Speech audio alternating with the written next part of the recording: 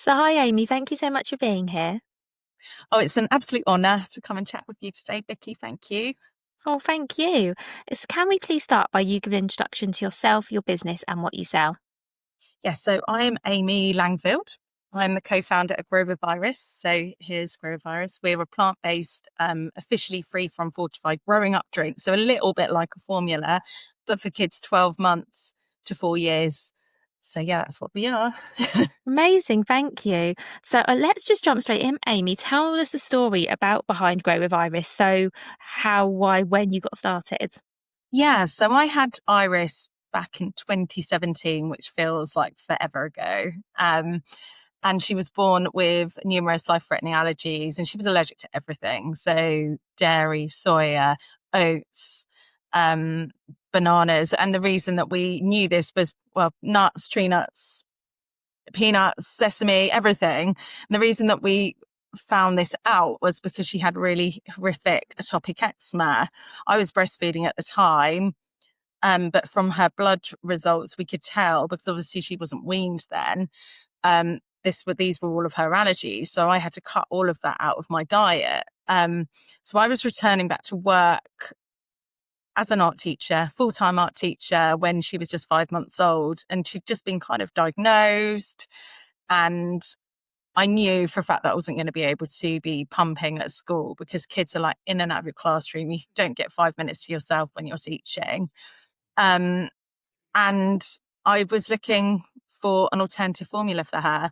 I went to my GP, managed to get the medicalized prescription formula, but turned it over and just was like, oh God, I really don't want to be giving her this. I've been breastfeeding, and then to be going to the first ingredient that was like corn syrup.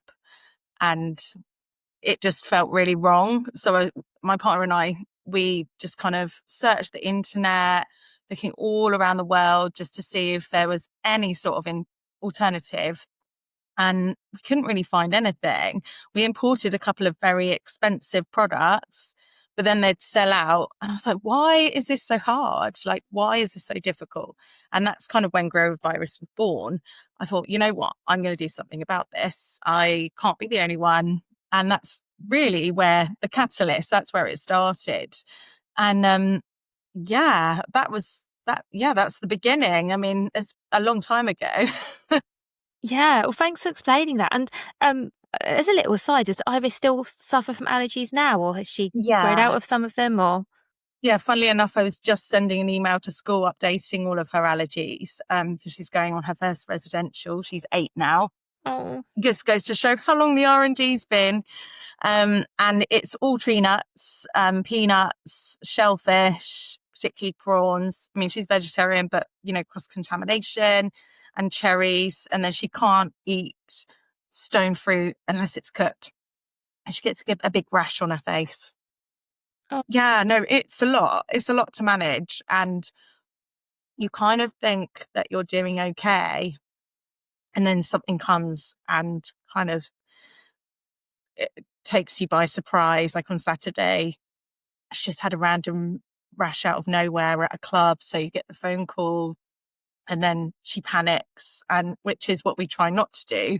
We kind of think that we're managing everything, but allergies have a really clever way of just kind of taking you by surprise and reminding you how significant they are. So she was at a club on Saturday and get a phone call to say her iris has suddenly got really itchy all up her arms, on her face, and we don't think it's anything she's eaten. But, then I rush over, and she had her antihistamine. She didn't need to have her pens, her EpiPens. And, but again, I think every time that happens, I think for her, it sinks in and it makes her realize, actually, this is real. And it's horrible because, I remember her saying to me, I hate having allergies. I wish I didn't have allergies. And we were talking about what perfect means, because she was saying that our dog was perfect. And I said, well, no one's really perfect. She says, well, Winston is, like her brother. And I'm like, well, he's not really. But she says, well, he doesn't have allergies, does he? And I'm like, well, that doesn't make you imperfect. It just means something that you kind of live with. And that's really difficult to hear her say that. And we've always kind of celebrated her allergies and said they are part of her. Um, but I think it is a heavy load that she carries, but doesn't necessarily communicate. You know, Yeah. And sad. she is still so young as well. So it's a lot, isn't it, for a Yeah, young child? yeah. She's 8, and she always seems a lot older. But that is a burden. It is a burden, and it is, it doesn't stop her from doing anything. We really encourage her to do everything she wants to do, and we put things in place to protect her as much as we can and control the controllables.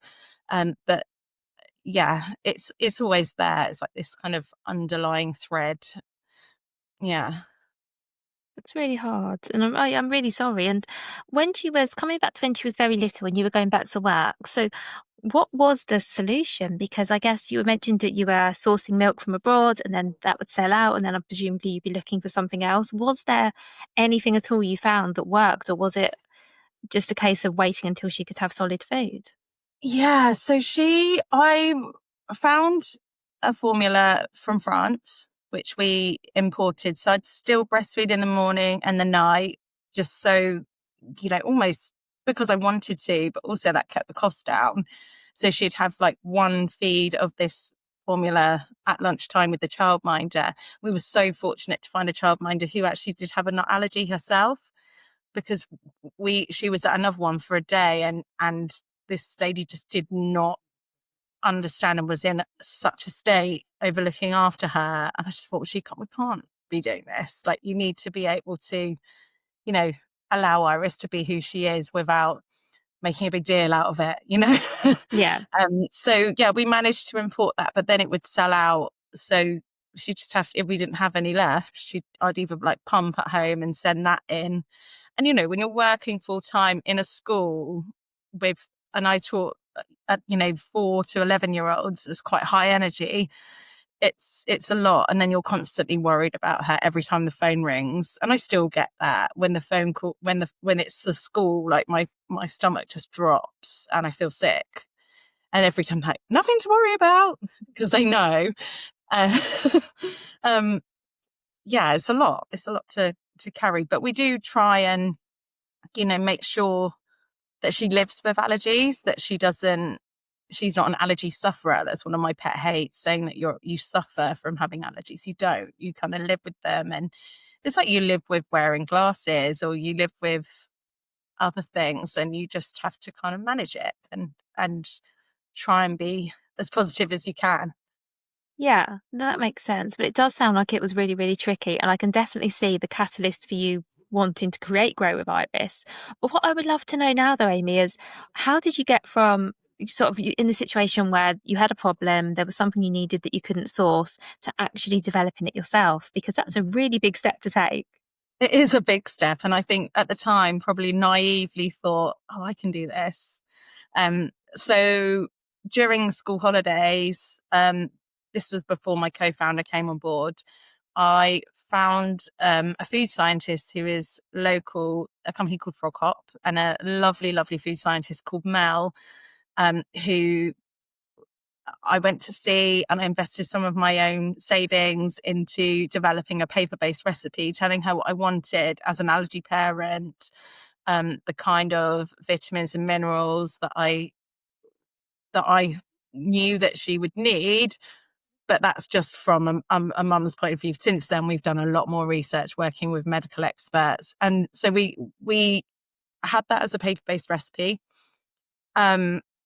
Then I did lots of focus groups around the concept, with friends, family, and kind of local mums. And that's when Sophie came on board, and we'd had this little kind of focus group talking about it. And she'd done some concept work of what it might look like, what it might feel like, like packaging.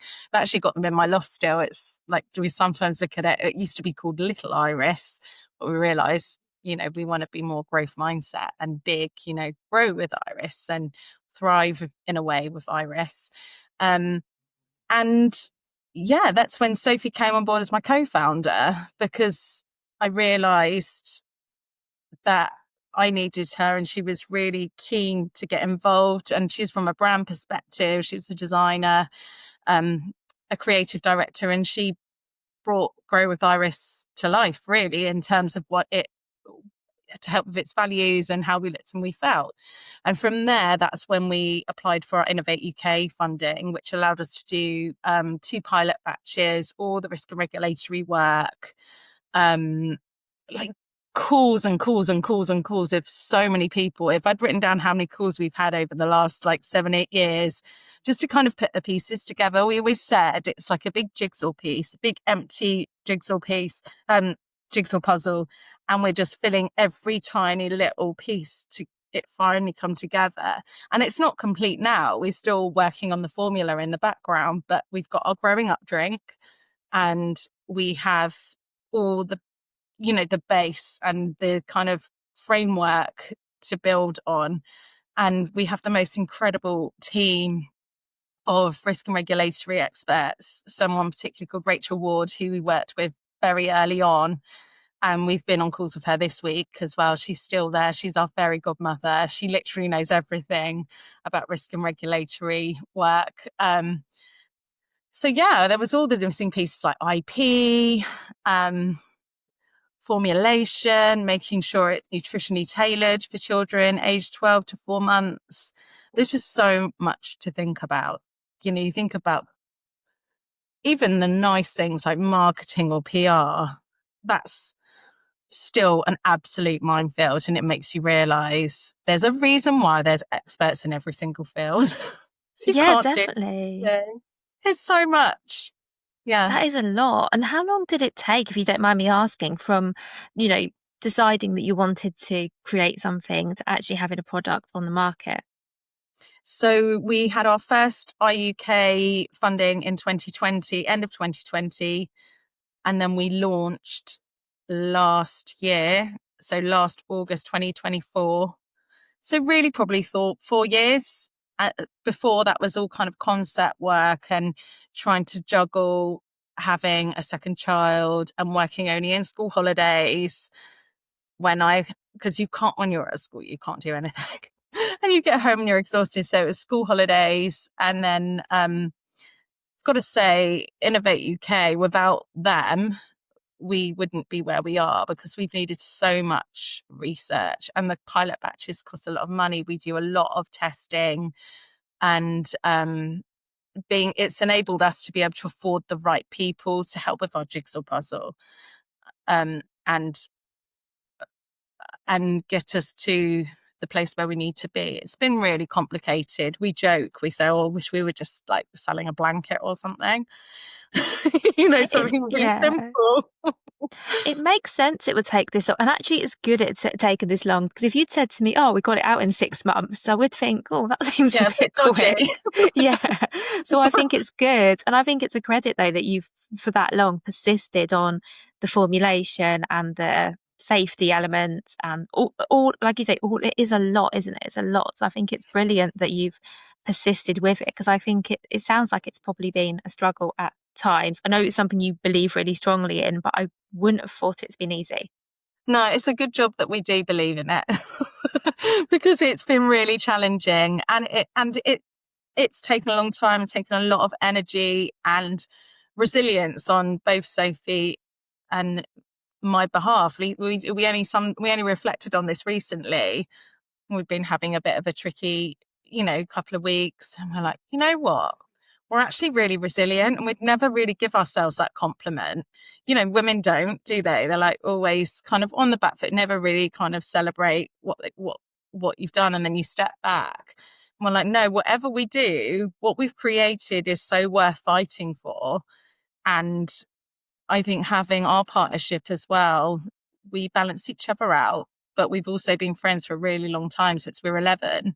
So we have this as like our kind of solid rock at the bottom. And when it gets really tough, we always come back to our friendship and our silliness and our connection, because without that, we would just be co-founders. But it's bigger than that. It's all made from love.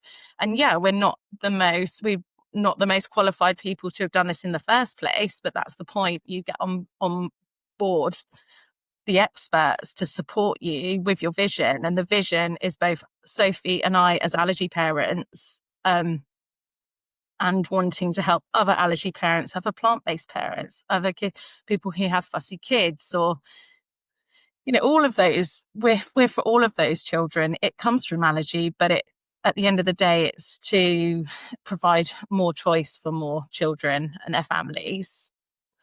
Yeah, thank you. Thank you for sharing. That makes a lot of sense. And I think you're right that you don't have to be the expert. If we all had to be the expert in everything, we wouldn't do anything. Because let's face it, we're all experts in something, but it's not necessarily the thing that we need at that time.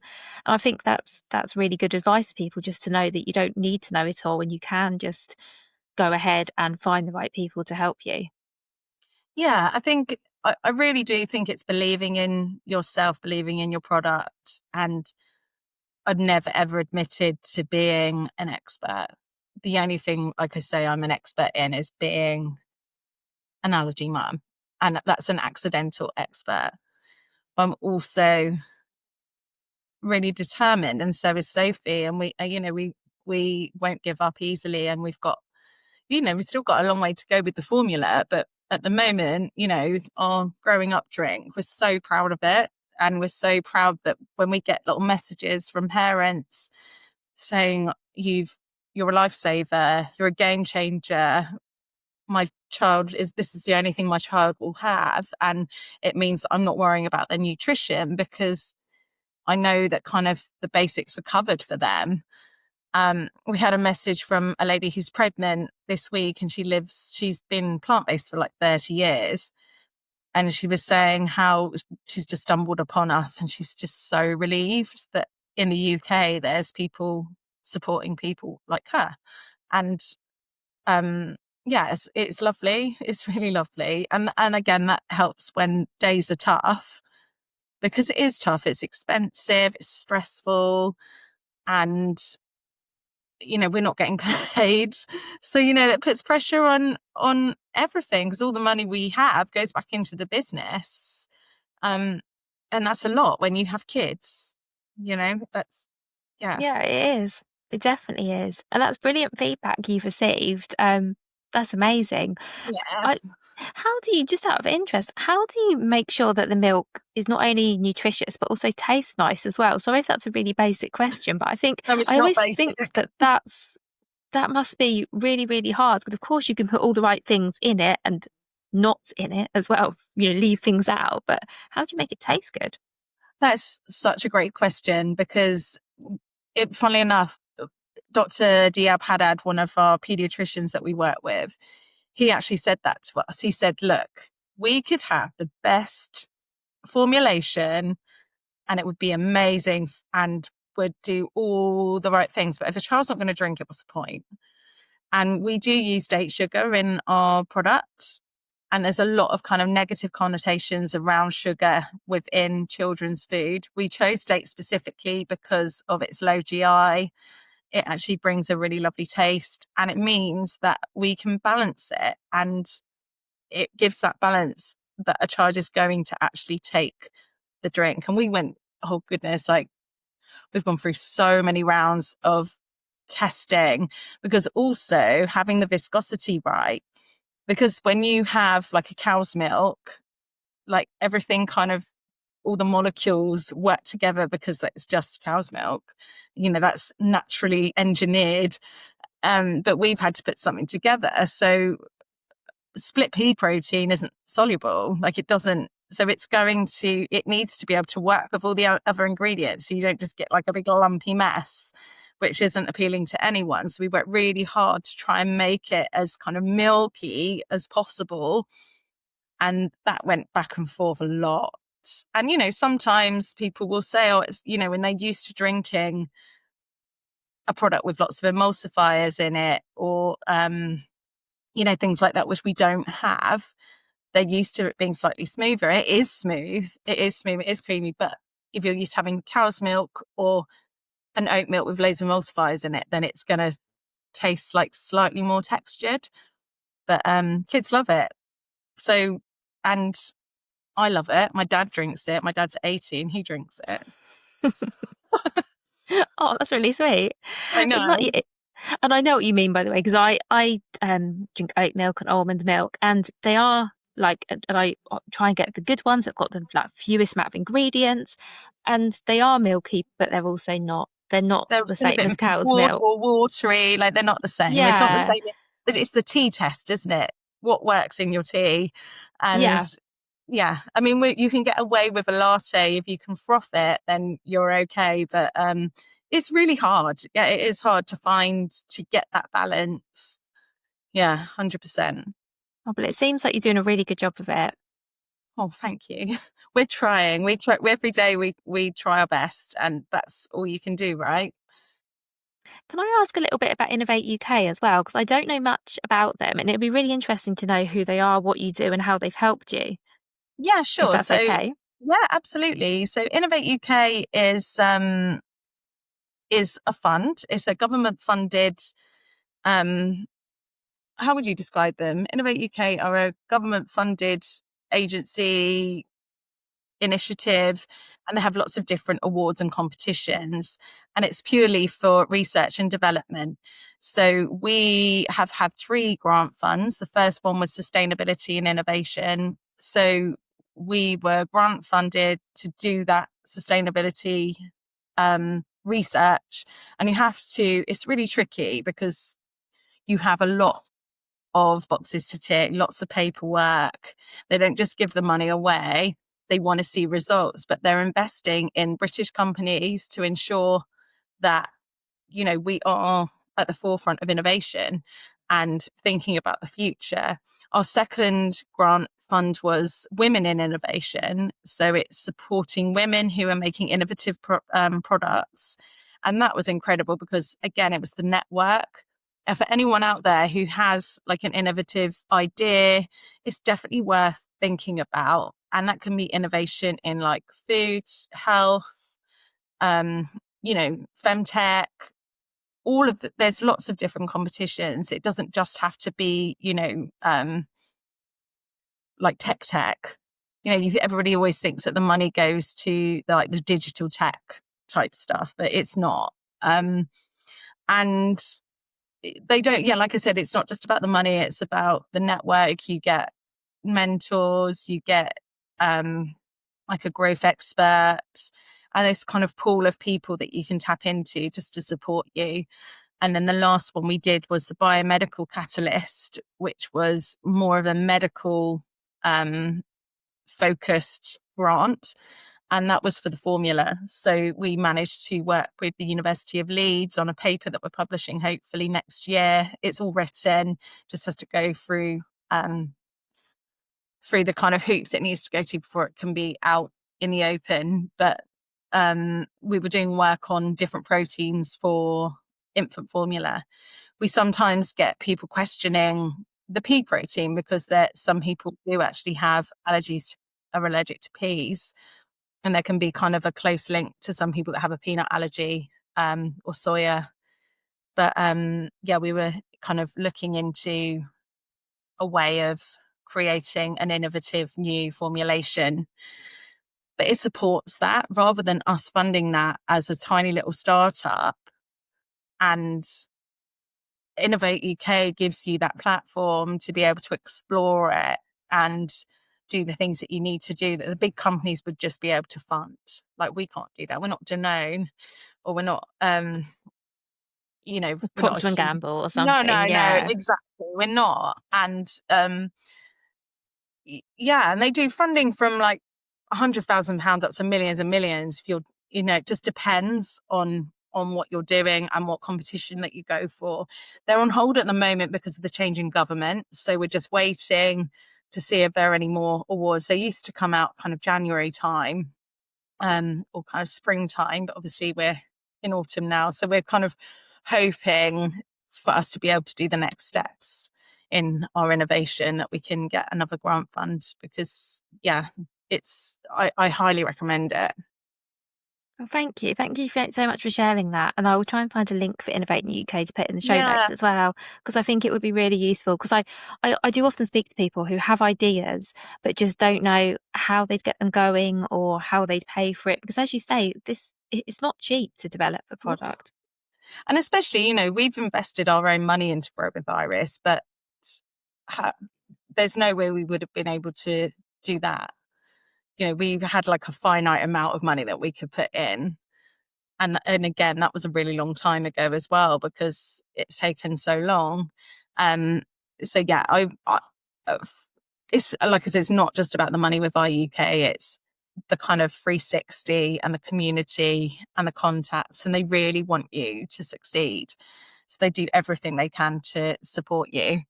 So yeah, no, I would definitely check it out. That's brilliant. Thank you. And you mentioned that one of the grants was around sustainability, and I know that's a big part of your brand. Did you want to share for some of the things you're doing in that area? Yeah, so when we had that grant, we did a lot of exploration into the packaging and looking at different ways to create a packaging that would be more sustainable than the usual kind of tins that you get formula in. And it's really tricky because it's a food product and it's for babies. There's a lot of limitations, but through that, we learned so much. We also managed to do something called lifecycle analysis, which shows that what you're doing, how it measures up against like competitors. So our this is like 86% more sustainable than other like ready-made plant-based competitors, which is crazy. And that's mostly because we did the testing on the powder. So it's just add water. So you're not carrying the water weight while you're transporting it around the country. There's all these different like little tweaks. Like we explored having a recyclable scoop and putting that in, but then decided actually everybody has a tablespoon. It came back to something really simple. Everybody has a tablespoon in the house. Why not just, we did all the testing, working out what would be the best option. And actually, a tablespoon, a humble tablespoon. You don't need to put that in. It's not going to travel anywhere. It's not creating excess waste. So there's all these different things that you can do to kind of measure and then make informed decisions over how you want to be and what you want for your brand. I would definitely recommend doing an LCA so you can benchmark as well. And then, if there's anything you need to change, then you've got targets and you've got KPIs for the future to be able to, if you're reformulating or you're thinking about your packaging, again, it can inform your decision making. Yeah, that makes sense. Thank you. And so it sounds like a lot of development went into the packaging side as well Yeah. as the product. Yeah, everything. Yeah. It's like we sometimes say that we've been on this kind of deep dive university degree. We've done about 6 different degrees in like nutrition, packaging, marketing, finance, all these things that I just wouldn't have had a clue about. And we've kind of learnt about over the last few years. I think that's what makes it exciting as well, is that you are learning all the time, every single day. Yeah, about something changes, or yeah.